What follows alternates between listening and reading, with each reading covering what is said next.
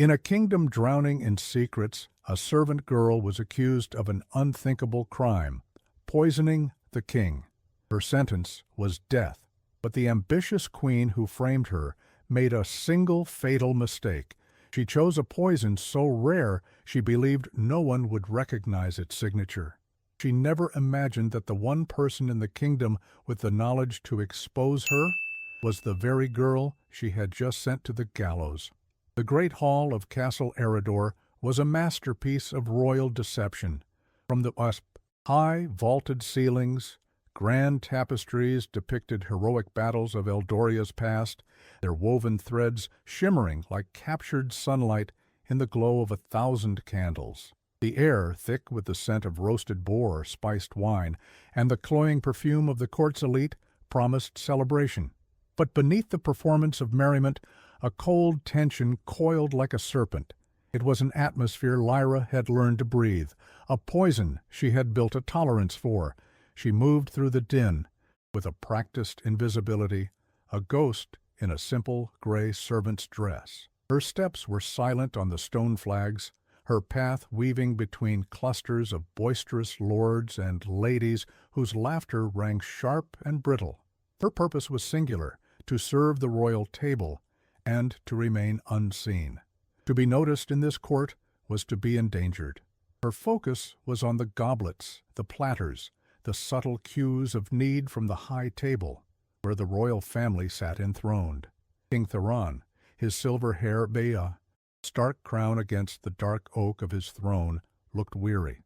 The lines on his face, carved by decades of rule, seemed deeper tonight. Yet, when his gaze swept the hall, a tired kindness still lingered in his eyes. He caught Lyra's eye for a fleeting second as she refilled a nearby cup, and he offered a small, almost imperceptible nod of acknowledgement. It was a gesture of simple decency, a flicker of light in a place growing steadily darker. It was a moment Lyra would later cling to as a memory of the man, not just the monarch. Beside him, Queen Seraphina was radiant, a vision in emerald silk. Her beauty was a weapon she wielded with breathtaking skill. She laughed, a melodic sound that drew the attention of everyone near, her hand resting affectionately on the king's arm.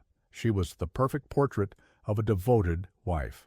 But Lyra had learned to see the cracks in the portrait. She saw the way the queen's smile never quite reached her eyes, the way her fingers tightened on the king's sleeve for a fraction of a second when his attention wandered. Earlier, Lyra had watched a young page stumble, spilling a drop of wine near the queen's feet. The queen had not flinched, had not said a word, but the look she had given the boy, a flash of glacial contempt so cold it could freeze blood, was a language Lyra understood perfectly. It was the native tongue of this court. At the table sat Prince Cailan, the heir to the throne. He possessed his father's noble bearing, but none of his weariness. His energy was that of a coiled spring, his gaze sharp and direct. He seemed out of place amidst the calculated pageantry, his discomfort with the lavish excess almost palpable. He watched his stepmother's performance with an unreadable expression, his focus sharp, missing nothing, yet understanding little of the true depths of the court's intrigue. His honor was a shield, but also a blindfold. The time came. It was Lyra's duty to pour the king's final cup of wine for the evening. Toast. She approached the high table, her heart a steady, quiet drum against her ribs. She held the heavy silver carafe in her hands, its polished surface reflecting a distorted version of her own tense face. Her movements were fluid, born of years of repetition. She reached for the king's ornate golden goblet. As she poured, she felt the weight of a stare. Queen Seraphina was watching her, her charming smile fixed in place, but her eyes were like chips of ice. It was a look of intense, predatory focus. Lyra's hand remained steady. She poured the deep crimson liquid into the cup, stopping at the precise, customary level. She placed the carafe back on the tray and retreated, melting back into the shadows she called home. King Theron stood, raising the golden goblet. The hall fell silent. "To the continued prosperity of Eldoria," he boomed, his voice echoing in the cavernous space. "To loyalty, to family." He drank. The hall cheered, a wave of sound crashing against the stone. Walls. The king smiled, lowering the cup. Then the smile faltered. His eyes widened, a flicker of confusion in their depths. He brought a hand to his throat, his breath catching in a soft, wet gasp. The golden goblet slipped from his fingers, clattering onto the floor with a sound that cut through the noise of the feast like a blade. He slumped forward, his body crashing against the table, sending platters and cups scattering. For a moment, there was only stunned silence. Then chaos erupted. Knights from the royal guard surged forward. Prince Kalen lunged to his father's side, his face a mask of shock and horror. But Queen Seraphina was faster. She did not rush to her husband. She rose to her full height, her face contorted in a mask of theatrical grief and righteous fury. She scanned the panicked crowd for a brief second before her eyes locked onto Lyra, who stood frozen in the shadows. The queen raised a single, trembling, perfectly manicured finger. Her, Seraphina's voice, shrieked a piercing sound that silenced the hall. "The servant girl! She did this!" Every head turned, 100 pairs of eyes fixed on Lyra, pinning her against the wall. The air crackled with accusation. She could feel the heat of their stares, the weight of their sudden absolute belief in her guilt. She opened her mouth to speak, but no sound came out. Her world had tilted on its axis. "She poisoned him!" the queen screamed, tears now streaming down her beautiful face. "I saw her. Treason! High treason!" Prince Kalen looked from his father's still form to his stepmother's accusing finger, and then to Lyra, his expression a maelstrom of confusion and disbelief. Before he could process the scene, before he could utter a single word, Captain Jorik and 2 of his guards were upon Lyra. Rough hands grabbed her arms, the metal of their gauntlets cold against her skin. They half dragged, half carried her from the great hall, her feet scraping against the stone. The search of her chambers was a brutal formality. Her small, sparse room was turned upside down in seconds. Tucked beneath her thin mattress, a guard pulled out a small, dark glass vial containing a few drops of an oily liquid, belladonna, a common, well-known poison. Captain Jorik, a man whose face was a roadmap of old battles and lost loyalties, took the vial. He looked at it, then at Lyra's pale, terrified face. For a fleeting instant, she saw something in his eyes, not belief, but a weary resignation. It was the look of a man following orders he did not fully trust, but would not dare to defy. The queen had made her move, and the board was set. The last thing Lyra saw before the world dissolved into darkness was the heavy iron-banded door of the castle dungeons groaning open. It was a black, gaping maw, promising a cold, forgotten end. As she was thrown inside, the sound of the door slamming shut echoed with the finality of a coffin lid, sealing her fate with a lie as perfect as it was cruel. Time in the dungeon did not pass. It festered. There was no sun, no moon, only a suffocating, perpetual twilight that seeped through a small, high grate in the cell door. The darkness was a physical presence, cold and damp against Lyra's skin. The only sounds were the steady, maddening drip of water somewhere down the corridor, the distant scuttling of rats, and the frantic beating of her own heart. She had replayed the events of the feast 1,000 times, each memory a fresh wave of disbelief and terror. The king's fall, the queen's shriek, the sea of accusing faces. It felt like a nightmare she was meant to wake from, but the cold stone floor beneath her was unforgivingly real. Hours bled into what might have been a day. Her throat was raw from thirst, her body aching from the cold. Then a new sound cut through the gloom, the rhythmic tread of determined, elegant footsteps approaching her cell. It was not the heavy, clanking gait of a guard. A torch's light sliced through the grate, casting long, dancing shadows.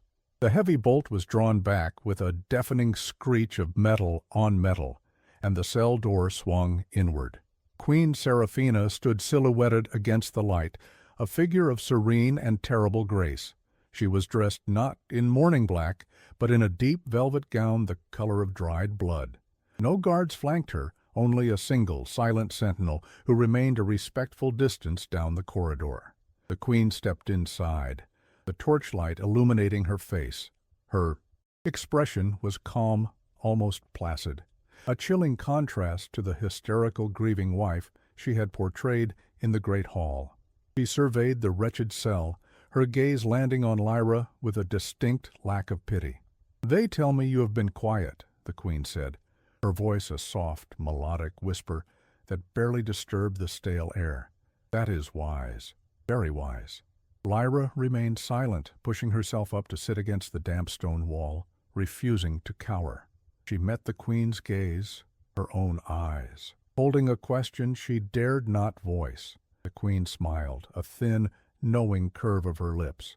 "I can see the gears turning in your mind," she continued, taking another slow step into the cell. "You are thinking of what to say, who to tell. You are crafting a desperate little story of how you were framed." She tutted softly, a sound of feigned disappointment. "No one will listen. To them you are a monster, a serpent we were foolish enough to warm in our home." Seraphina paused, letting the silence hang heavy between them. "But I am not here to discuss your story. I am here to ensure you never tell it." She began to walk slowly around the small space, her velvet slippers making no sound. "I hear your home village is quite lovely in the autumn, a little cottage near the stream, isn't it? Your father was a stonemason, but he left your mother a strong house." Lyra's blood ran cold. "She was a healer, I believe," the queen went on, her voice laced with a false sweetness. "Such a shame. She is gone. But your brother is still there, is he not? The one with a gift for carving small wooden birds. And your little sister, Leah, she has your same dark hair. She must be, what, 10 years old now?" Lyra felt the air leave her lungs. This was the true nature of the attack. It was not just an accusation, it was a net cast wide and thrown over everyone she had ever loved. Seraphina stopped directly in front of her and crouched down, her face inches from Lyra's. The queen's eyes were no longer cold. They were burning with a triumphant fire. "So here is what will happen," she whispered, the words precise and sharp as shards of glass. "You will continue your wise silence. You will confess to your treason when they demand it. You will go to your execution without another word. If you do this, your family will live out their simple, meaningless lives in peace." She leaned closer still, her perfume a sickeningly sweet cloud of lilies and lies. "But if you speak, if you whisper a single defiant word of nonsense to a guard, to the prince, to the rats in the walls, I will hear of it.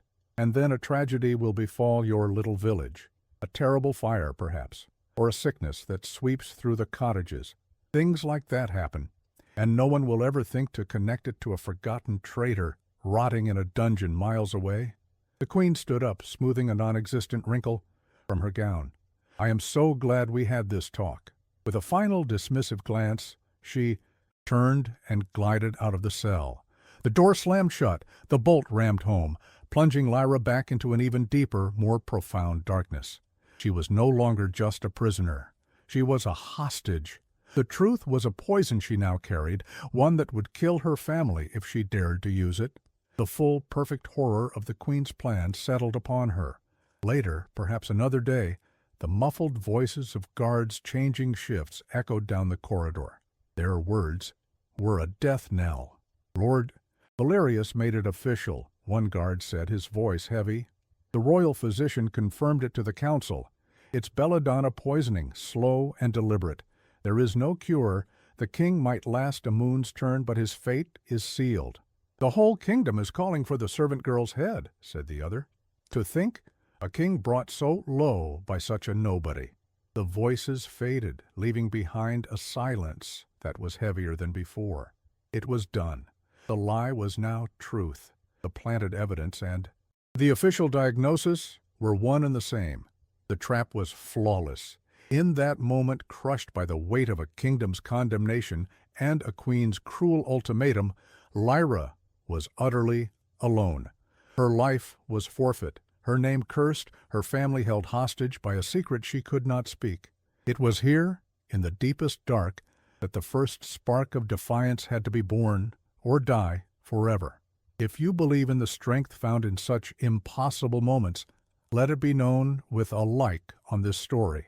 Lyra leaned her head back against the weeping stone, tears of rage and utter helplessness finally tracing paths through the grime on her cheeks. But as the tears subsided, something else took their place. The fear remained, a cold, hard knot in her stomach. But beneath it, a different feeling began to smolder. It was a cold, quiet fury. The queen thought she had silenced her. She thought she had won. But she had made the mistake of leaving her enemy alive to think, and in the suffocating darkness of the dungeon, thinking was all Lyra had left to do. Her eyes, no longer wide with terror, narrowed into sharp, focused points, beginning to search the perfect walls of her trap for a single, unseen crack. Days bled together in the suffocating blackness, each one a copy of the last, measured only by the meager portion of stale bread and water that appeared at the cell door. Despair had become a familiar cloak, heavy and cold. Lyra had retreated into a state of quiet numbness, a survival mechanism, against the crushing certainty of her fate. The guards had grown complacent, their footsteps and muttered conversations outside her door becoming part of the dungeon's bleak tapestry. She was no longer a spectacle. She was a problem already solved, a life already forfeit, merely waiting for the formality of its end. That was why the sound of the bolt being drawn at an unfamiliar hour sent a jolt of alarm through her. It was not time for her meal. She pressed herself back against the wall as the door groaned open, expecting a summons to a premature and final judgment. But the figure who stood there was not a guard. It was Prince Calen. He was alone. He dismissed the guard with a curt nod, his command leaving no room for argument. The torch he held cast his face in a stark relief of light and shadow, and Lyra could see the toll the last days had taken on him. His eyes were bloodshot from lack of sleep, his jaw tight with a tension that went deeper than grief. He looked like a man at war with himself. He entered the cell, the heavy door closing behind him with a soft thud, encasing them in a pocket of strained intimacy. He did not speak at first, his gaze sweeping over her, taking in her disheveled state, the grime on her face, the quiet defiance in her posture. He was not looking at a monster. He was looking at the quiet servant girl he vaguely remembered from the castle halls, and he was trying to reconcile that memory with the crime of a regicide. "I cannot make it make sense," he finally said, his voice low and strained, barely more than a whisper. "The council is satisfied. The queen weeps for my father. The kingdom calls for your head. Everyone is satisfied with the story, but me." He took a step closer, his earnestness a stark contrast to the queen's cold manipulation. "I knew you as a girl in my father's court, always silent, always dutiful. You never sought attention, never caused trouble. This act, this treason, it is not a language I believe you know. How to speak?"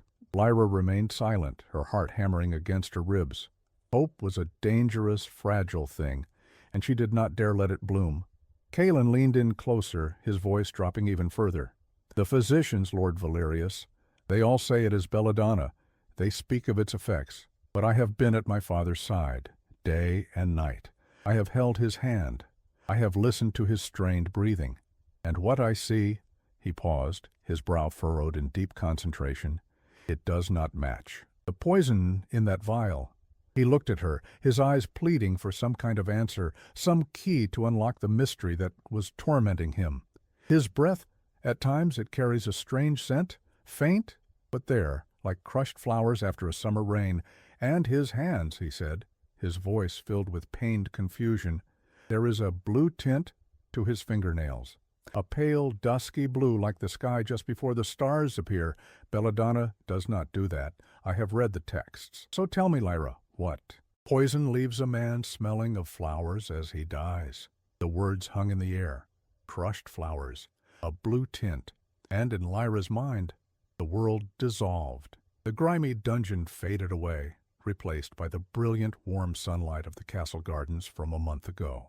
In her memory, she was a girl again, tasked with gathering lavender near the western wall. The air was warm and smelled of earth and blooming roses. The ornate wrought-iron gate to the queen's private conservatory, a place strictly forbidden to all other staff, was ajar. A flicker of movement from within had caught her eye. Her mother's caution had always warred with her own innate curiosity. That day, curiosity won. She crept closer, peering through the small gap between the gate and the stone archway. Inside, she saw Queen Seraphina. She wore fine leather gloves and held a small, sharp silver trowel. She was not admiring her collection. She was working, tending to a single, extraordinary plant that grew in a large, isolated pot. Lyra had never seen anything like it. It had lush, waxy green leaves, but its flowers were a marvel of unnatural beauty. The petals were a deep, hypnotic purple, so dark they were almost black, and from the center of each bloom rose a stamen dusted with what looked like fine silver pollen. It was beautiful, but it was the beauty of a venomous snake. Lyra's breath caught in her throat. She recognized it instantly. Her mother, in her exhaustive study of herbs and their properties, had kept a book filled with detailed drawings. This flower had its own page, a stark warning beside the delicate sketch. Moon petal. The book called it by its common name, the serpent's bloom. A rare and brutally toxic plant from the arid deserts of the south, it was notoriously difficult to cultivate in Eldoria's climate. Her mother's notes described its effects with chilling precision. A paralysis that crept through the limbs, a distinctive sweet floral scent released by the victim's lungs, and as the poison took hold, a telltale cyanosis, a blue tint that appeared beneath the nails. In her memory, Lyra watched the queen carefully snip 2 of the blossoms, her movements precise and secretive. Seraphina placed them in a small, lead-lined box before glancing around, her eyes sweeping the gardens with a practiced paranoia. Lyra had ducked back behind the stone wall just in time, her heart pounding.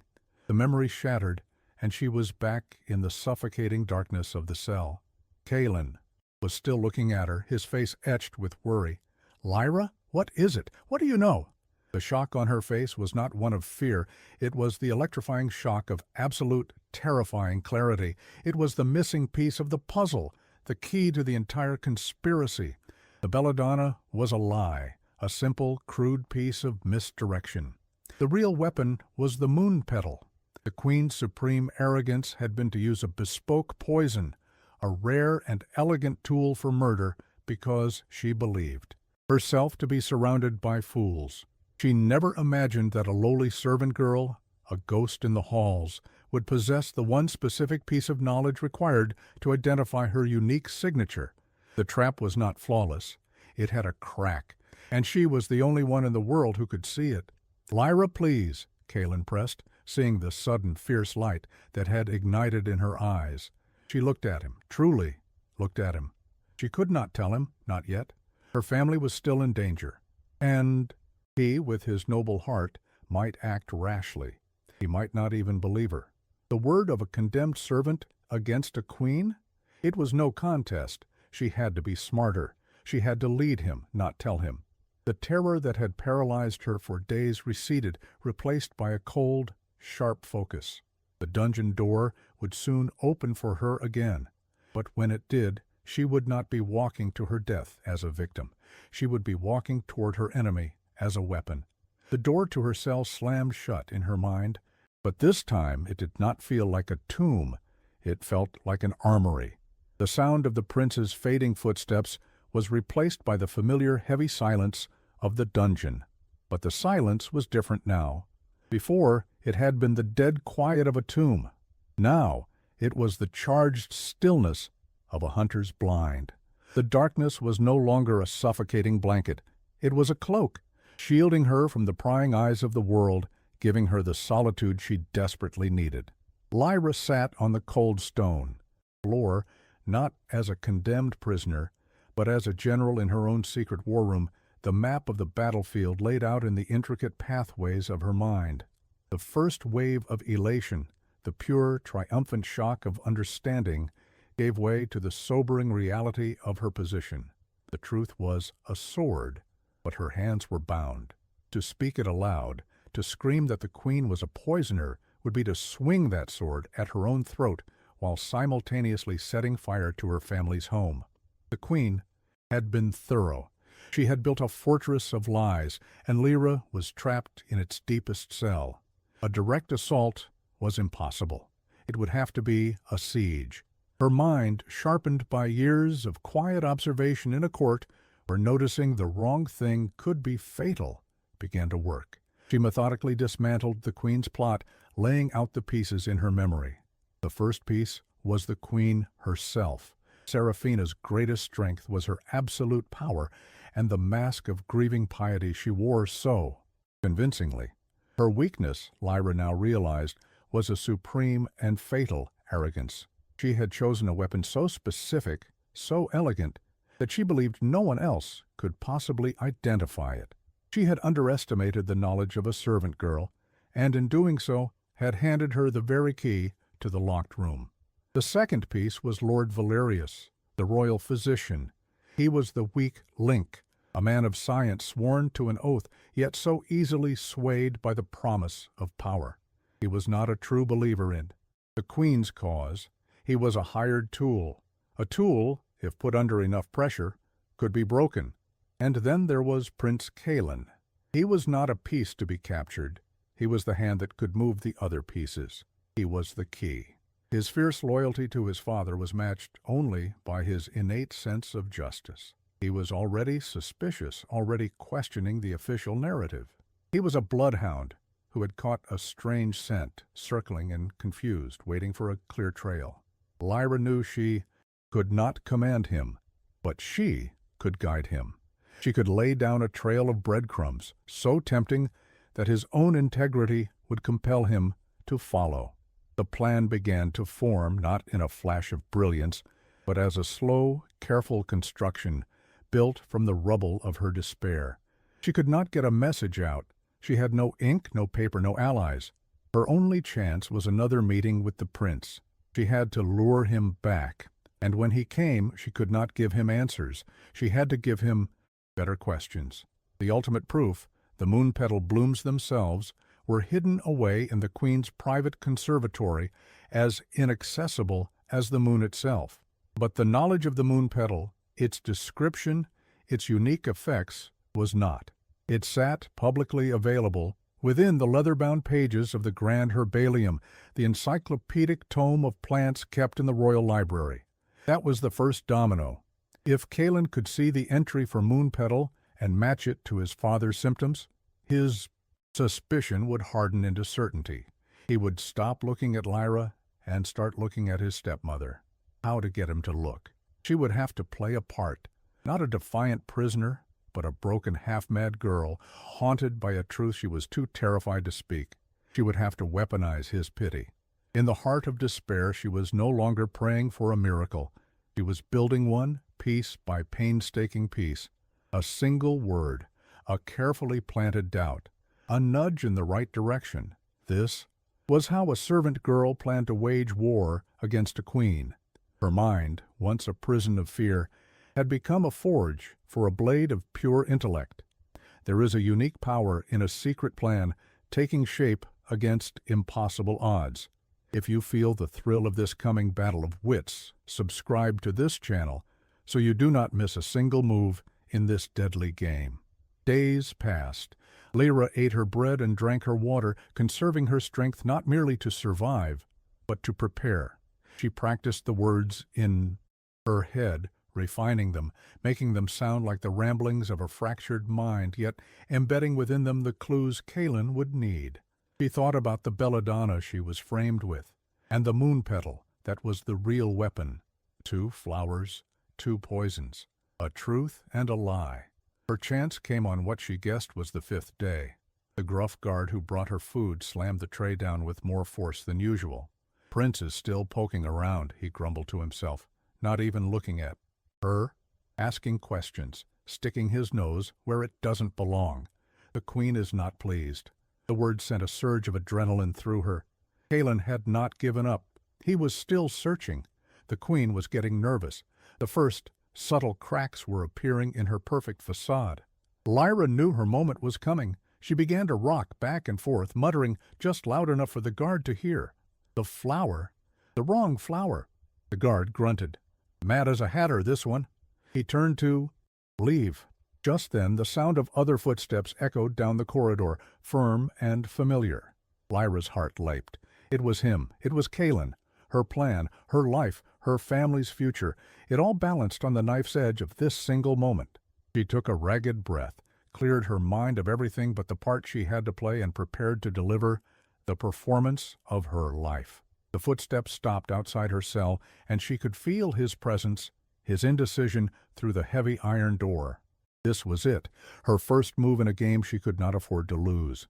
The sound of the heavy bolt sliding back ripped through the silence. Lyra's heart hammered against her ribs, a frantic bird trapped in a cage of bone. She kept her head down, her body coiled into a protective ball, continuing her low, desperate muttering. This had to be perfect. A single misstep, a moment of clarity that seemed too clear, and the entire fragile structure of her plan would shatter. Prince Kaelin entered the cell, his presence filling the small space. He moved with a frustrated energy, a man stretched to his breaking point. He sent the curious guard away with a sharp, impatient gesture, plunging them into a shared, tense privacy. The torch he held cast his shadow, large and imposing, against the far wall. "I heard you," he began, his voice low and urgent, devoid of any preamble. "The guard told me you were rambling. What did you mean? What flower?" Lyra flinched, scrambling back until she was pressed against the damp stone. She looked up at him through a tangled curtain of her own hair, her eyes wide with carefully crafted terror.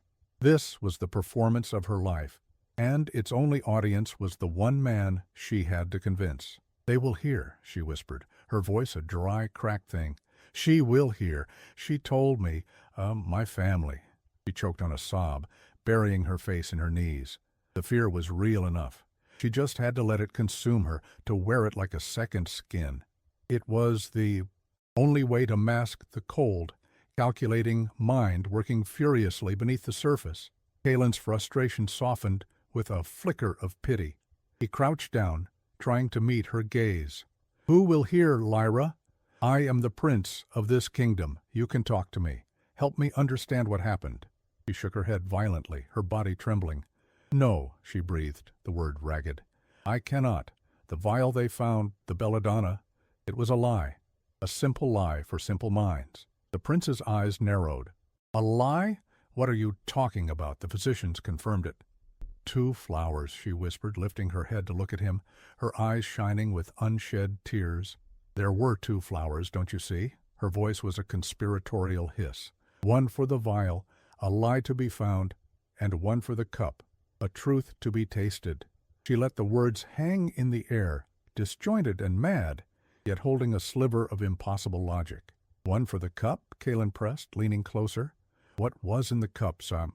She drew back again. "It has no scent," she rambled, her gaze darting around the cell, as if seeing things he could not. "Belladonna has no scent, no color, but the king, my king." She trailed off, her hand flying to her mouth, as if she had said too much, her eyes wide with manufactured panic. This was the moment. She had his complete, undivided attention. His mind was working, connecting her words to the discrepancy he himself had witnessed. "What about my father?" he demanded, his voice hardening with impatience. "What did you see?" "The signature!" Lyra cried out, the word sharp and sudden. "Every poison has a signature. My mother, she taught me. A mark it leaves behind for those who know how to look." She looked at him again, her gaze intense, begging him to understand. "The book," she whispered, the words tumbling out now. "The big book, in the library, where the light is always dim." "The library?" he repeated, a new kind of interest dawning in his eyes. "What book, Lyra?" She breathed the name like a sacred, dangerous secret. "The Grand Herbalium." She saw the flicker of recognition on his face. It was the kingdom's most comprehensive text on botany, a famous and ancient volume. "It has the drawings," she continued, her voice dropping again. "All the flowers, all their signatures, the blue under the nails, the scent of fading blossoms. It is all in the book. It is the only truth left in this entire castle. The only truth that can be trusted. Having planted the seed, she had to retreat. She could not give him more. She had to let him make the final leap himself. She let out a sharp cry and scrambled to the furthest corner of the cell, hiding her face. "No more. Please, no more. She will know I spoke to you. She will kill them. She will kill them all." Her sobs, this time, were not entirely feigned. The weight of the risk she was taking, the image of her family, was a terror that was always present. Prince Kalen stood frozen in the center of the cell, for a long moment, looking down at the broken figure she had become. He was a man caught between the ravings of a mad girl and the gnawing suspicion that her madness held a key. The vial, 2 flowers, the signature, the grand herbalium. It was a trail of nonsense, yet it was the only trail he had. His expression shifted. The frustration and pity were burned away, replaced by a cold, hard resolve. He had his mission. Without another word, he turned and left, the dungeon door closing with a heavy final thud. Lyra stayed huddled in the corner, listening. She heard his footsteps, but they were not retreating back the way they came.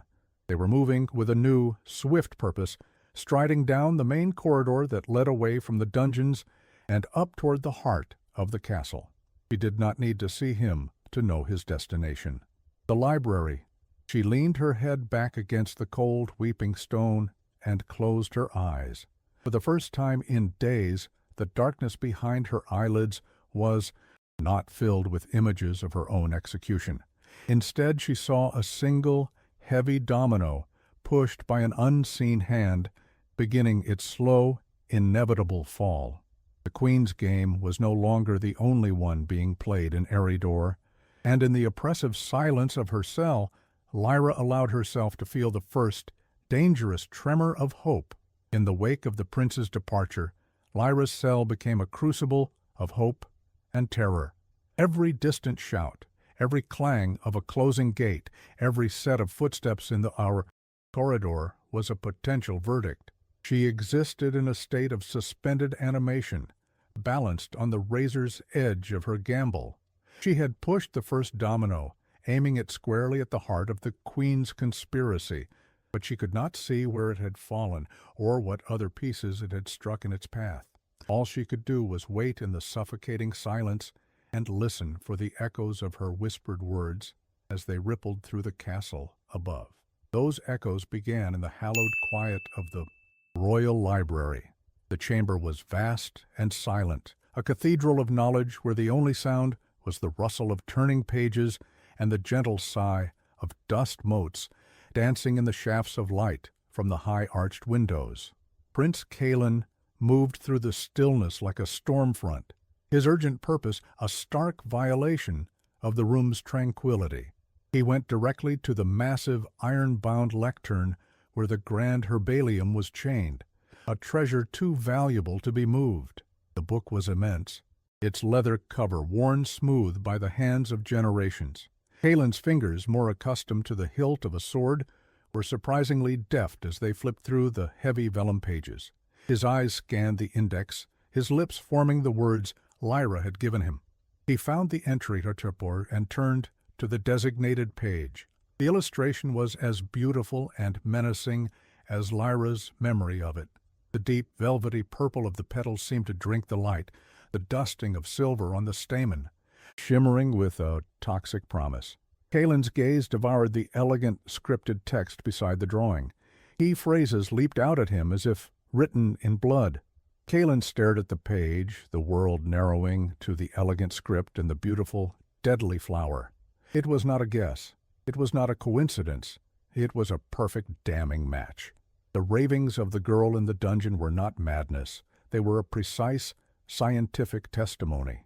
A cold fury, purer and deeper than any he had ever known, settled in his chest. His father was not just dying. He was being meticulously, artfully murdered, and the official diagnosis, the one provided by Lord Valerius, was a lie. He did not go to the Queen. In that moment of terrible clarity, he understood the depth of the conspiracy. A direct accusation would be his own death warrant.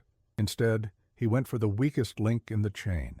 He found Lord Valerius in his private laboratory, a place of glass beakers and meticulously organized herbs, a room that smelled of antiseptic and dried plants. The royal physician was grinding something in a mortar and pestle, humming softly to himself.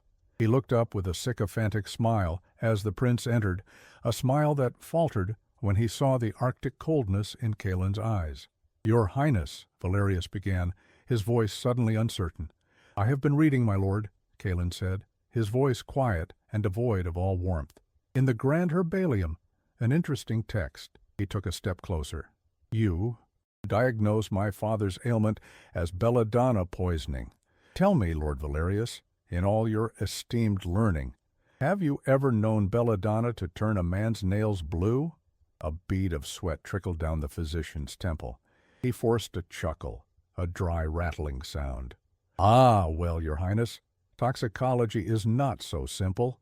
The humors of the body, especially a royal body, can react in the most unpredictable of ways. A confluence of factors could certainly produce— Does it make a man smell of— "Flowers?" Kaelin interrupted, his voice like stone. Valerius's composure crumbled. His face paled and his hands began to tremble. I cannot say for certain.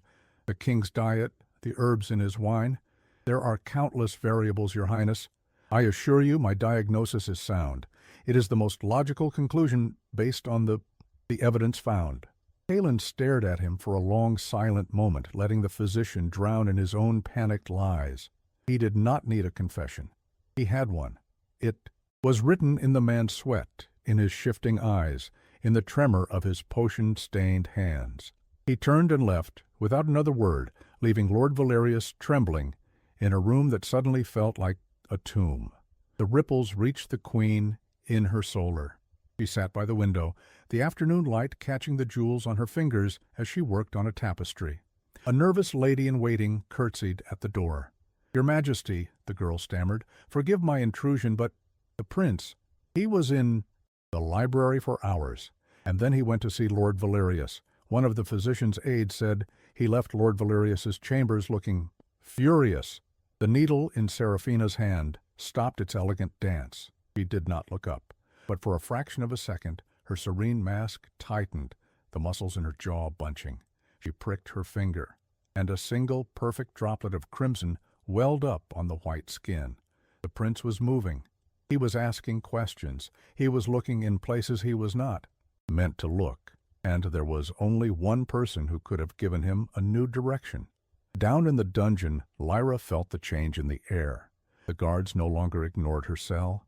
They spoke in hushed, urgent whispers, casting furtive, nervous glances in her direction. Their contempt for her had been replaced by something else, a strange mixture of fear and awe. "He knows something," she overheard one guard mutter to the other during their shift change. "The prince, I mean. He's on a warpath. Questions, questions, questions. The whole castle is on edge. What in the seven hells did that girl say to him?" Lyra absorbed the words, a cold confirmation of her success. Her plan was working. The foundations of the queen's power were being shaken, but with that success came a new, more immediate danger. She was no longer a forgotten prisoner waiting for a quiet death. She was a threat. She had shown her hand, and now the queen, a master of the game, would be looking for the player who had dared to make a move against her. Lyra's life was no longer forfeit to a lie. It was now a target for the truth. She was no longer just waiting for justice. She was waiting for the queen's assassin. The dungeon had become a barometer for the storm raging in the castle above. The guards, once dismissive and cruel, now moved with a nervous energy, their whispers ceasing the moment they passed her cell. They looked at her differently, their eyes holding not just contempt, but a sliver of fear. They did not know what she had said to the prince, but they knew it had been enough to shake the foundations of their world. Lyra existed in the eye of this hurricane she had created, a place of unnerving calm, while the winds of her actions tore through the corridors above. Each passing moment stretched her nerves tighter. Her plan was in motion, but its success had made her a liability. She was no longer just waiting. She was a target. The sound of heavy, armored footsteps approaching with purpose sent a familiar jolt through her. But this time, it was not the prince. The figure who stopped before her cell was Captain Jorik. his face as grim and unreadable as the stone walls around them. The guard with him fumbled with the keys, his hands shaking slightly as he unlocked the door. Yorick stood in the entryway, his gaze assessing her. "On your feet, girl," he said, his voice a low, gravelly rumble. "It was not a request. The prince has summoned you to the throne room." Lyra's heart stalled. The throne room? It could only mean one of two things: a public exoneration or a show trial before a summary execution. Her gamble had reached its final, unknowable conclusion. She rose slowly, her legs unsteady, and allowed Yorick to lead her from the darkness that had been her world, up the winding stone stairs and back into the light of the castle. The events that had led to this summons had unfolded with the speed and ferocity of a lightning strike. After leaving Lord Valerius's chambers, his suspicions all but confirmed, Prince Calen knew he could not proceed alone. He needed an ally with the authority to bypass the Queen's power. He needed Captain Yorick. He found the grizzled captain overseeing the changing of the guard in the main courtyard. Calen pulled him aside, into the shadows of an alcove, his voice low and urgent. He laid out everything: the king's true symptoms, Lyra's cryptic but accurate clues, the passage in the Grand Herbalium, and Lord Valerius's terrified, incriminating denials. Yorick listened, his face impassive, his eyes never leaving the prince's. As a man who had served King Theron for 30 years, his loyalty was to the man, not necessarily the crown's current wearer. He had harbored his own private doubts about the Queen's convenient rise to power. "Suspicions are not proof, Your Highness," Yorick said, his voice cautious. "To move against the Queen on the word of a condemned girl and a passage in a book, that is treason." "The proof is in her chambers," Calen insisted, his voice burning with a righteous fire. "The flower, the poison itself. I know it is there. Help me, Captain, help me find it, not for me, for your king, for my father." That was the final blow. Yorick's loyalty to the dying king was absolute. He gave a short, sharp nod. "The Royal Council meets this afternoon to discuss the grain tariffs. The Queen will preside as regent. It will be our only chance." Their plan was desperate and fraught with peril. While the court was assembled, Yorick used his authority to station his most trusted men outside the Queen's chambers, citing a vague security threat as a pretext. He stood guard at the door while Calen slipped inside, his heart pounding. The room was an opulent prison of silk, gold, and perfume. It smelled of the Queen, of lilies and power. Calen moved with a frantic, systematic haste, his hands searching drawers of jewels, wardrobes of priceless gowns. Nothing. Time was running out. He was about to give up when his eyes fell on the Queen's vanity, an ornate piece of carved mahogany. He ran his hands along its smooth surface, feeling for any imperfection. Near the base, his fingers found it, a small, almost invisible seam in the woodwork. He pressed. With a faint click, a hidden compartment sprang open. Inside, nestled on a bed of black velvet, was a small lead-lined box. Calen's hands trembled as he opened it. The contents were a death sentence. There were the dried, brittle leaves of the moon-petal flower. There was a small mortar and pestle made of black marble, its inside stained with a faint purple residue. And beneath it all, a small bundle of letters, tied with a green ribbon.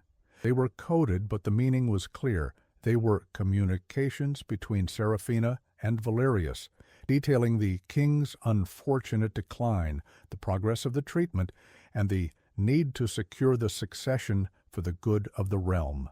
It was irrefutable. It was everything. They did not wait. Calen and Yorick strode through the castle, their purpose radiating from them like heat. They burst through the great doors of the throne room without ceremony. Queen Seraphina sat upon the regent's throne, the very picture of grace and authority, as she listened to a trade minister's droning report. The entire royal council, the most powerful lords and ladies of Eldoria, were assembled. "Calen," the queen said, her voice sharp with displeasure at the interruption, though she masked it with a veneer of motherly concern. "What is the meaning of this intrusion?" He ignored her, his eyes fixed on the assembled council. "My lords," he announced, his voice ringing with a power They had never heard from him before. "You have been deceived. You have condemned an innocent girl to death based on a lie." He walked to the great council table in the center of the room and emptied the contents of the lead-lined box onto its polished surface. The dark purple petals, the stained pestle, and the bundle of letters scattered across the wood.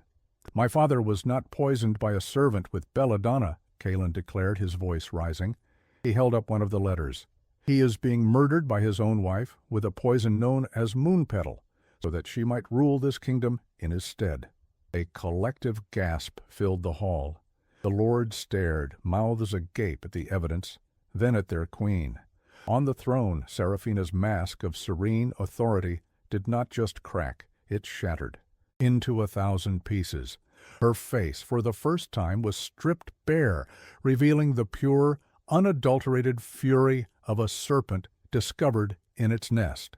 The room, once a place of order and power, erupted into a cacophony of shock and accusation. The turning point was no longer coming. It was here.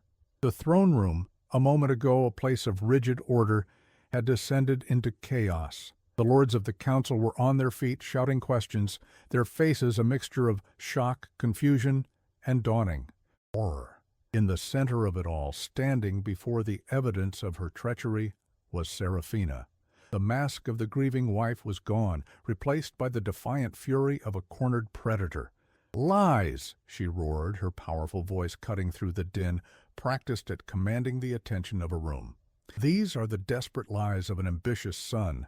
My own stepson, seeing his father weaken, plots to seize the throne and frames me, his loving mother, to clear his path." Her eyes, blazing with indignation, swept across the council members, seeking out allies, seeking out doubt. She pointed a shaking finger at Lyra, who now stood near the entrance, flanked by Captain Jorik. "He brings forth this condemned poisoner, this half-mad servant girl, to parrot his fabrications. He waves forged letters before you.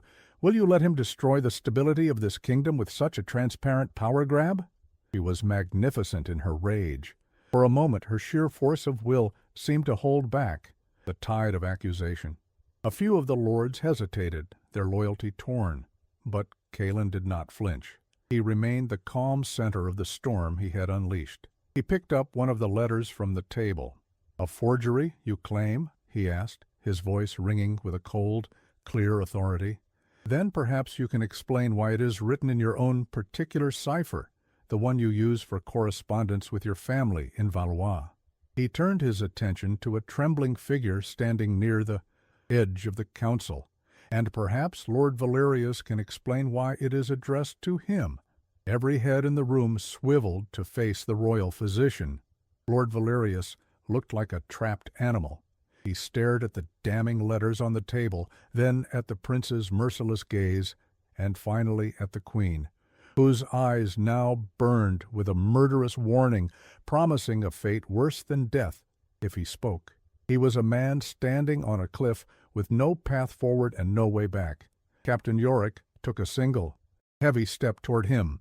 "The prince has asked a question, my lord," Jorik growled. That single step was all it took to shatter him. Lord Valerius crumbled, falling to his knees on the cold stone floor, his body shaking with violent sobs.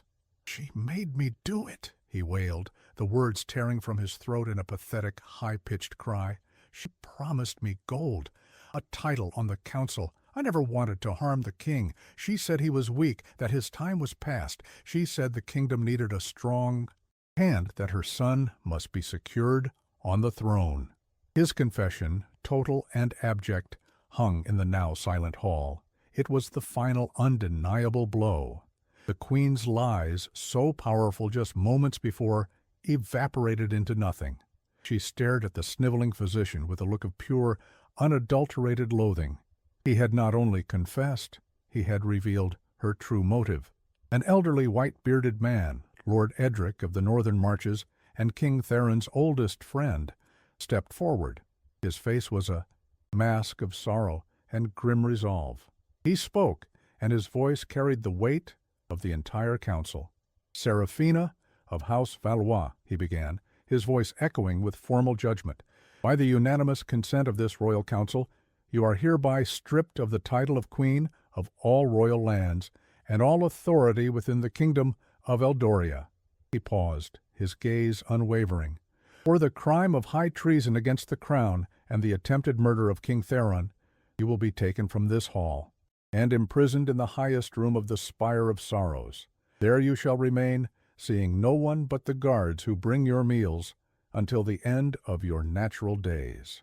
The justice was poetic in its cruelty. She who had craved absolute power over a kingdom would now have a kingdom of a single, isolated room, high above the world she sought to rule. Lord Edric then turned his cold eyes to the weeping man on the floor. "As for you, Lord Valerius, for betraying your sacred physician's oath, and for your willing part in this conspiracy to commit regicide, you have forfeited your life. You will be held in the dungeons and executed at dawn." From her place by the door, Lyra watched it all unfold. She saw the guards seize Lord Valerius, who continued to weep and plead for a mercy he had never shown. She watched as the woman who had threatened her family, who had sentenced her to death with a casual lie, was undone not by a grand army, but by her own hubris and a single, overlooked detail. It was not a feeling of joy that filled Lyra's heart, nor was it the heat of vengeance. It was the profound, quiet, and deeply satisfying feeling of a great weight being lifted from her soul. The world which had been so violently knocked from its axis was slowly, finally, righting itself. As the architects of her ruin were brought low, Lyra felt not triumph, but a profound sense of balance being restored. A lie, no matter how grandly constructed, is a fragile thing. The truth, once released, does not need to scream, it simply needs to be. Justice, she realized, was not about revenge, but about the simple, undeniable weight of consequence. If you felt the power of this moment of righteous justice, let it be known by leaving a comment below. The guards moved to apprehend Seraphina. She did not weep or plead like Valerius. She stood tall, her back rigid, her face a mask of stone. As two guards took her arms, she showed no resistance, but as they led her away from the throne she had so coveted, her eyes scanned the room and locked onto Lyra. Her lips curled back into a snarl of pure venomous hatred. "You!" Seraphina hissed, her voice low but carrying with deadly clarity across the silent room. "The little mouse, the nothing. You will regret this day." The threat, a final drop of poison, hung in the air long after she was gone. The immediate crisis was over. Justice had been served, but a new day was dawning on a wounded, uncertain kingdom, and the shadow of the fallen. Queen's hatred was long indeed. The chaos in the throne room subsided, replaced by a stunned, exhausted silence. The lords of the council, their faces pale and drawn, dispersed in hushed groups, their minds struggling to process the day's cataclysmic revelations. The guards had led the venomous, defeated queen away, her final hissed threat still seeming to hang in the air like a foul mist. Lyra remained where she stood, a silent statue by the grand entryway, with Captain Jorik, a stoic presence, at her side. She was no longer a prisoner, but she did not yet feel free. She was a ghost, caught between worlds, the grime of the dungeon still feeling more real than the polished marble beneath her feet. As the great hall emptied, Prince Cailan approached her. The fire of his righteous fury had cooled, leaving behind the heavy weight of a crown he now effectively wore. He looked older, the lines of grief and newfound responsibility etched deeply onto his face. He stopped before her, and in front of Jorik and the few remaining council lords, he inclined his head in a gesture of profound respect.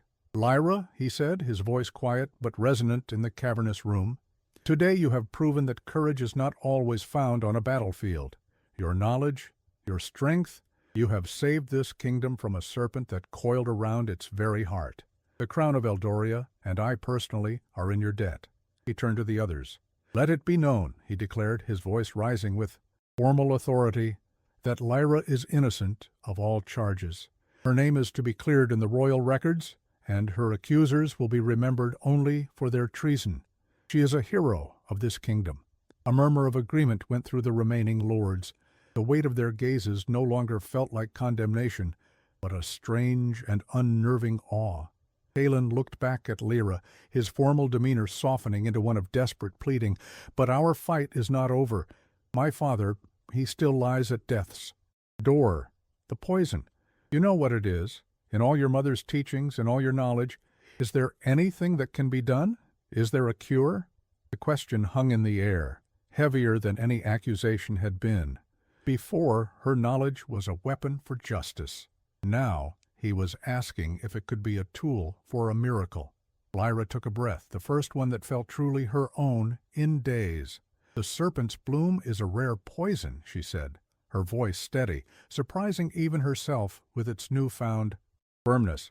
"Its antidote is rarer still and difficult to make, but I believe it is possible. I will need access to the royal apothecary, the library, and—" he paused, "and to the Queen's private conservatory. The cure for a poison is often found in the family of the poison itself." Kalen's face flooded with a renewed fragile hope. "You shall have anything you require," he said. "Anything at all." The transformation of her world was swift and dizzying. She was led from the throne room, not back to the dungeons, but to a suite of well-appointed guest chambers. Clean clothes were brought, along with a meal of hot broth and fresh bread that felt like the greatest luxury she had ever known. For the first time in what felt like a lifetime, she saw her own reflection in a silvered mirror, and she barely recognized the pale, gaunt woman with the fierce, determined eyes who stared back. But there was little time for rest. Her new purpose consumed her. She moved through the castle not as a timid servant, but as a commander in a new kind of war. In the apothecary, she directed pages to fetch rare ingredients: powdered sunstone from the southern mines, the dried root of the kingsfoil plant, and oil of winter sleep. In the library, she spent hours with the grand herbalium, cross-referencing her mother's remembered teachings with the ancient text, her fingers tracing the intricate diagrams of roots and leaves. The hardest journey was stepping into the Queen's private conservatory. The air inside was warm and humid, a paradise built to cultivate a single, perfect instrument of death.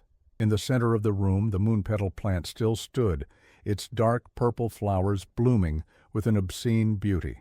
Lyra looked at it, not with fear, but with the dispassionate eye of a physician studying a disease.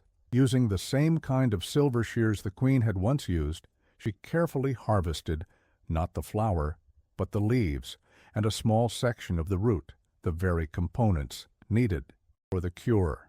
As she worked over a small bubbling pot in the physician's laboratory, the same laboratory where Lord Valerius had plotted his treason, she reflected on the strange nature of her knowledge. The same hands that could crush a leaf to create a poison could also grind a root to create a cure. It was a skill her mother had taught her for healing small village ailments, a quiet legacy passed down in their small cottage. She had never imagined that this humble knowledge would one day be all that stood between a king and his grave. After 2 days of relentless, painstaking work, the antidote was ready. It was a small vial of a dark emerald-green liquid. It smelled of moss and damp earth, and a faint hint of something sharp, like lightning. She was summoned to the king's bedchamber. The room was heavy with the scent of sickness and helplessness.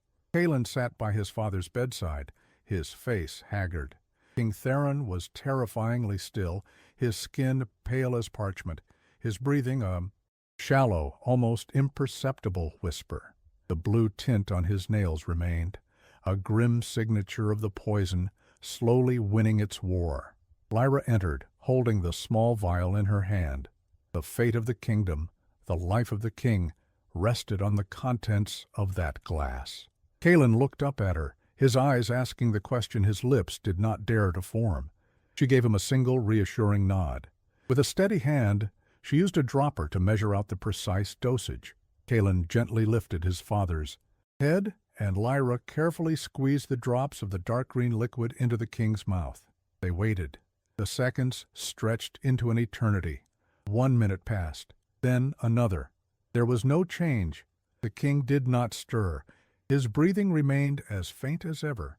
A cold dread began to creep into the room. Had she failed? Was she too late? Galen looked at her, his hope beginning to crumble, and in that moment the entire future of Eldoria hung suspended in the silent waiting room. The silence in the king's bedchamber was absolute, a fragile vessel holding the last dregs of a kingdom's hope.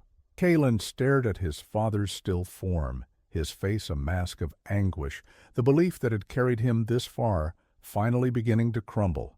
Lyra watched, her own breath caught in her throat, her mind racing through every step, every ingredient, praying to the old gods of her mother that her knowledge had been enough. The world seemed to stop, balanced on the point of a pin. Then it came. It was not a grand or sudden miracle. It was a small thing, almost imperceptible. A single breath.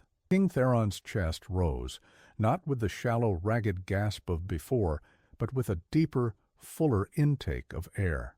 And then another.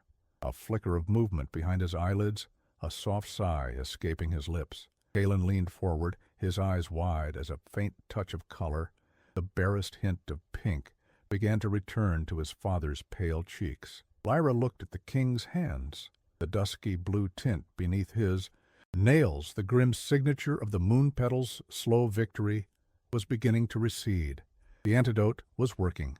A choked, strangled sound of overwhelming relief escaped Galen's throat. He looked at Lyra, his eyes shining with tears, a gratitude so profound it needed no words. In the quiet of the royal bedchamber, as a king began his slow journey back to the world of the living, a new dawn was finally breaking over Eldoria. Weeks turned into months, and the quiet healing in the king's chamber became the steady recovery of an entire kingdom. The paranoia and treachery of Seraphina's shadow reign were systematically purged from the court, replaced by a more sober and earnest atmosphere under Prince Galen's capable regency. King Theron, though frailer now and leaning on a carved oak cane, eventually walked again in the castle gardens. His first official act upon resuming his duties was to summon Lyra. He met her not in the formal throne room, but in the sunlight among the roses. "You taught this old king a valuable lesson," Theron said to her, his voice raspy but clear, "that the strength of a kingdom is not only in its armies, but in the quiet knowledge of its people. You taught us that the smallest truth is more powerful than the grandest lie."